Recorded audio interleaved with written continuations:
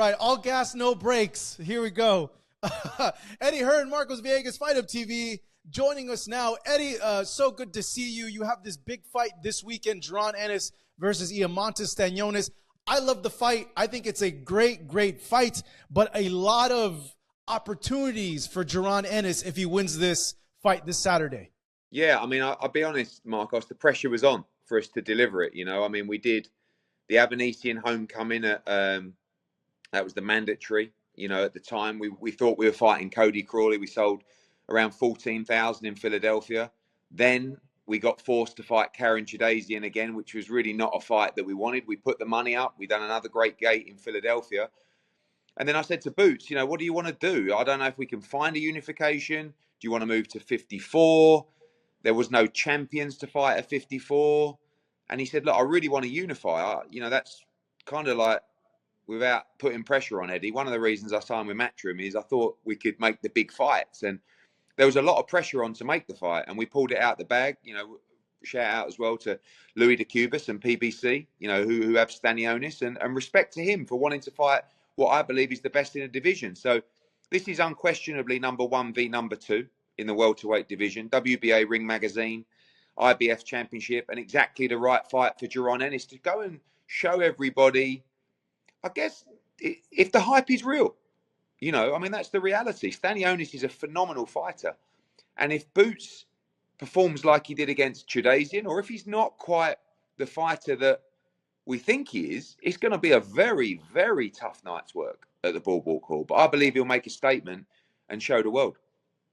Eddie, so when Jaron Ennis, his name comes up, and, you know, when I go and I ask, like, our community, like, hey, you know, do you have any questions for Jaron Ennis? We're going to go ahead and interview him. We're going to go ahead and talk to him. The one thing that always comes up is ask him about Vergil Ortiz. Why did he, quote, unquote, duck a Vergil Ortiz fight? How would you respond to those, I guess, fan comments about Jaron not fighting Vergil? He's the world champion at 147 pounds. The fight was offered at 154 for no title. And he wanted to defend his world championship and unify. You know, once you vacate and move up as no champion, it's like, it's a big move, you know. And I just feel that he said, look, I'll fight Vergil Ortiz, I'll fight Crawford, I'll fight any of them. But I really want to unify. That's been my dream. Don't forget, Marcos, as well. Unfortunately for him, it wasn't his fault, because Errol Spence decided not to fight him. They elevated him to world champion. He's never beaten a world champion to become world champion. Do you know what I mean? And Boots is purely about legacy. He's about CV. He's about creating, you know, iconic moments to unify the division and stuff like that. So, you know, I think if we hadn't delivered the Stanionis fight, then we may have been looking back at the Ortiz fight going, well, maybe we should have taken that. But he said, look, I believe in you. Do you think you can get me a unification? And I said, yeah. And he went, then let's do it. And I thought, shit. And then I went out and I got it, thankfully. So it all worked out perfectly in the end. Yeah, you know, it's crazy. Maybe in a year's time, we might be talking, you know, Boots versus Manny Pacquiao with this talk of Pacquiao potentially fighting Barrios. But when that bridge comes, we'll cross it, Eddie. I want to go ahead and move topics now to Dmitry Bivol, his return. I guess from when you talked to Dmitry and Vadim, what was the reasoning behind vacating the WBC belt to go ahead with this third fight with Artur Beterbiev? We're under contract to fight Beterbiev. There's nothing. I mean, you know, number one, there's nothing we can do about it. We've signed a contract, and by the way, quite right. I mean, we lost to Beterbiev in the first fight. I thought we won. His Excellency went out and got us the rematch, and in doing so, we had to confirm that we would do the third fight, which is more than fair. I mean, it's the greatest fight in the division. Why wouldn't you anyway? So that's what we did. I mean, even if we hadn't have signed a contract, but just told His Excellency we would do it, we would still be vacating the WBC title. We don't go back on our word, and we certainly don't go back on a contract. So it was a real weird one, I'll be honest with you, Marcos. I just feel like, you know, Dmitry Bivol just wins the title, then all of a sudden, bang, the mandatory's on him. It's like, hang on, like, this is the best fight in the division. Surely for the sake of boxing, you want to allow the trilogy for undisputed. But it's like, no, negotiations must start now. Oh, now purse bids are ordered. Oh, now publicly coming out and stating offers that had been made to Dmitry Bivol. I mean, that was from Maurizio. I've just never seen that before. And I know it's difficult for the governing bodies, and Maurizio does a brilliant job, but I just felt, I don't know, it was just not something I'd really experienced before. And again, it didn't matter if the offer was 8 million or 28 million. We couldn't take it because we have a contract to do the third fight. So really simple, and a shame, because I think that fight should have had all the belts back online. But we know it's a great fight, and however many belts will be however many belts. Yeah, I think maybe there's a little pressure on Mauricio because of the whole not being able to secure the Canelo fight for David, with him being the mandatory for 2.5 years. I think maybe that played a part as well. But, I spoke to Jose Benavidez the other day, and, you've seen on Twitter, a lot of fans are claiming that Dmitry is avoiding a fight with David, that everybody is avoiding David. The dad says, yeah, it's clear that he's avoiding David. He knows it's going to be a dangerous fight, a hard fight, and then this is what they're doing. Yeah, I mean, he fought Canelo Alvarez on Cinco de Mayo in Vegas, and he fought the biggest beast probably in the history of the light heavyweight division twice in Artur Beterbiev. The guy that had destroyed every opponent he'd ever faced inside the distance. Like, by the way, David Benavidez is a great fighter, but to think that Dmitry Bivol would avoid David Benavidez is one of the strangest agendas I've ever heard peddled. But I'm sure many fighters don't really like the fight with Benavidez. I mean, when we say avoided, I've got Callum Smith. We're now talking to Louis de Cubas and PBC about fighting David Benavidez. Do you think Callum Smith's avoiding David Benavidez? No. He's well up for the fight. So I think I know there's been previous fighters that haven't faced him, but I think you need to respect Dmitry Bivol's resume and, mindset as a fighter. He certainly wouldn't be afraid to fight David Benavidez. And by the way, it's a great fight. I think that fight will happen, but there's nothing we can do when we have a contract to do the third fight. Plus we gave our word because His Excellency's done amazing things for Dmitry Bivol. Yeah, I think, maybe part of the fan, I guess, reaction is, we've seen it twice already. Granted, the contract, obviously that's it. Like, you guys have a contract. You had to go through a contract. Yeah, but Marcos, you've seen, right? It's 1-1, right? Well, that's the thing. A lot of people feel it's 2-0. Well, I don't know, at the time they didn't. That's what I felt. Not a lot of people seem to agree with me because they want to peddle that Beterbiev won it. But what we've seen is two of the best fights I've ever seen live. Yeah, no, they were great fights. Come on, I know we like to be argumentative in boxing, and we're like, but let's just have it straight. Two incredible fights. It's 1-1. Beterbiev gave us the rematch, and we're giving him the rematch.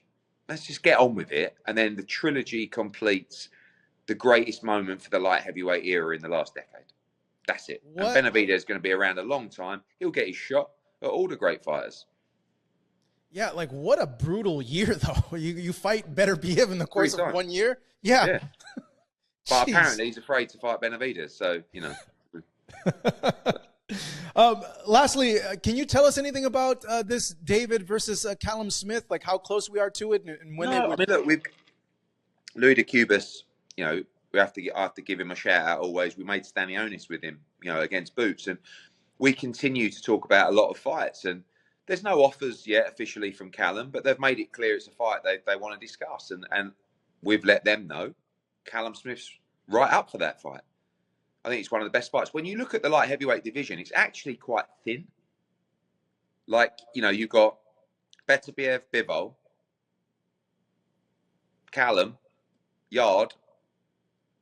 I don't know. Like, tell me the other possible opponents for David Benavidez of magnitude. They'd have to come up and wait from 68, I think. Yeah, but then that's a criticism. Then he's going to get criticised. Do you know what I mean? He's fighting a super middleweight and blah blah blah. Yeah. But I think the Callum Smith fight's a great fight, and we'd be keen to do it. Yeah, and he came off that great win also as well a few months ago. Last topic here, Eddie. Shakur Stevenson, his return. Where are we at with that in terms of this fight with Zepeda? I saw him online kind of go at it with Oscar De La Hoya. What was your reaction to that? Yeah, I mean, look, we had an agreement to do a fight in Saudi. Obviously, there is a potential to do a fight in the US. The purses of changing from the Saudi card to doing it back in the US. One thing from our side, which is 100%, is we're not avoiding the fight. I mean, it's been called by the WBC. So to avoid the fight, Shakur would have to vacate. He definitely isn't vacating. It's a great fight. It's the fight for both men.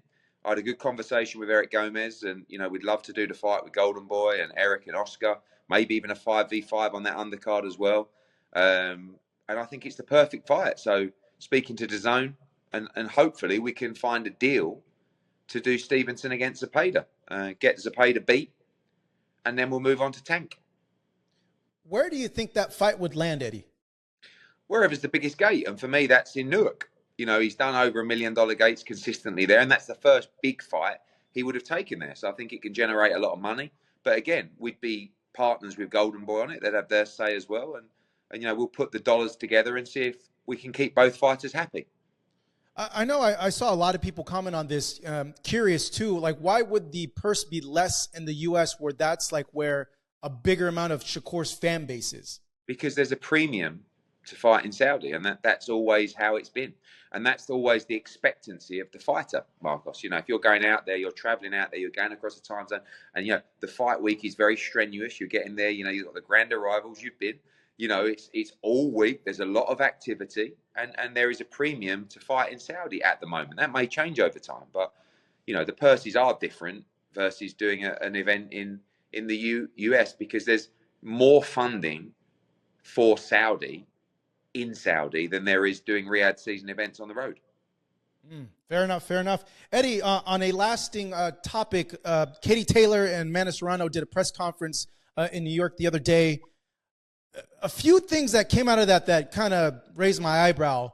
And I think Katie even alluded to it, like with Katie being introduced last, even though she won and she's the champion, and then the weight being adjusted. Just give me your take on those things. Yeah, look, I mean, there was a lot of negotiation. I think, you hear by Amanda's comments, they all kind of feel like they won both fights. I mean, they say the whole world saw like it was this massive robbery. I mean, for me, it was 6-4 both times. But even if it wasn't, it's 5. It's like one of those fights, and they could do that. Every fight they have is going to be magnificent. But it was like, well, we want to walk second. It's like, well, it's got to be Serrano against Taylor. It's like, no, hang on a minute, guys. Like, we're the undisputed world champion. You're the challenger, and it's 2-0. But respect to Katie, she said, no, you want to be introduced second? No problem. I'm like, really? Okay. And then, it's not got to be at 140. Well, the last fight was at 140, and that was undisputed. It's at 140. So we had to agree to do the fight down at 136. So, she's given up a lot in this fight for, in my opinion, not really needing to. But that's just Katie. She just wants to get on with it. She's 2-0 up. She thinks it's going to be 3-0. And then off we go. So, yeah. I know, like, the last fight, I don't know, like, if there was anything, like, said or in the contract, but I had heard that, like, they didn't want you around, that you couldn't be on camera or you couldn't talk about the fight. Is there anything like that happening this time around, or because and Jake settled to set things? That straight, look, Katie Taylor is a DAZN fighter, right? So every time we do a fight with another promoter, it will also be on DAZN. I mean, you saw that with, when Munguia, not our fighter, but when Munguia fought Canelo, it was also on DAZN. When Belanga fought Canelo, it was also on DAZN, right? But this is different because Netflix can't share it with DAZN because Netflix doesn't have a pay-per-view model, and it's just the share is too difficult. So DAZN had to really give us their blessing for Katie to fight on Netflix, which they did because it was an incredible opportunity for her. And that's how DAZN work, and they're very good for fighters. But what they said was, Eddie, look, we'll do it, but you can't be out there promoting the fight. Like, you've got to promote our shows, your fighters on our platform, blah, blah, blah. So that was the agreement. Look, Katie can fight, but I won't be involved. I mean, look, I don't think I was invited to be involved in the promotion, but that was just how it was. And you know, they sort of criticised me after, oh, you weren't posting about it. You weren't. I said, because that's the agreement I had with the Zone. And this time around, you know, last time it wasn't particularly easy to get credentials and they didn't really want me around. And, you know, and I'll just do the same this time. I think we've got a better relationship with MVP, I think, now than we did at the time. And hopefully we can work together. I love what they're doing for women's boxing. You know, we're supporters of that. You know, I won't be there at the press conferences, like you said, and I won't be promoting the show, but I'm a supporter of the fight. I'll be at the event and I'll be with Katie every step of the way, which I always am. And, you know, she's been one of the greatest blessings of my career, and look forward to seeing her win in New York in July. Yeah, no, I mentioned that too, because I remember at the post-fight, like, they didn't want you to go up on the post-fight press conference, and Katie's team, I think her trainer, like, had said something like, hey, come on, guys. Yeah. I know. But, you know, I think it's just common form to extend to other promoters the courtesies that you would expect to extend if they had a fight on your card. Like, I've had loads of times where I've had promoters that I really am not getting on with have a fight on my card and they sit front row next to me. You know, they have all the credentials, they have their branding. We announce their name with the MC. It's just common courtesy, but, you know, everyone's different, and they're a new age, these guys. You know, they're not the traditional boxing promoters, and maybe they just want to switch it up. But, you know, like I said, the relationship's better at the moment, and hopefully we can all have fun, have a beer, and enjoy a great night. My last one for you, Eddie. I know you got to go. I saw Tyson Fury on the bag. I saw a tweet saying that discussions. Is there discussions? Are we going to finally see this AJ fight? None. No. I mean, look, I think, Marcus, when you have fighters of that magnitude, I think there'll probably be a conversation between the two of them. Like, even before me and Frank Warren or me and Spencer Brown talk, like, because I think it would just be a look, do you want to do it? You know, I know everything's happened in the past, but I think now's the time. And, you know, when I saw Tyson on the bag this morning, I was like, money. Someone said the other day, like, oh, Eddie Hearn's begging now. He's desperate. I'm not begging Tyson Fury. I pray that one day he wakes up and says, fuck it, let's do it. Let's give the world what they want to see. Because he's still a great fighter. He's not in decline. Like, but you got to want to do it yourself. And I would never, you know, I respect Tyson Fury. And again, our relationship's improved over the years. And I just, you know, I hope that he wants to do it, you know. And but if he doesn't, he doesn't. We wish him well. But yeah, it's just, I think maybe it'll be a conversation between the two, and the fight will happen like that. It's the easiest deal to make. You know, for years of trying to make it, I think this one gets done in one phone call. So we shall see. All right. Hey, Eddie, man, I hope we get that fight. You have a lot of great fights coming up on the schedule as well. Ben Eubank coming up, and then the May 2nd, May 3rd cards as well. Always thankful for your time, Eddie. Hope to see you soon in person. Thank you. Cheers, Marcos. Bye, mate.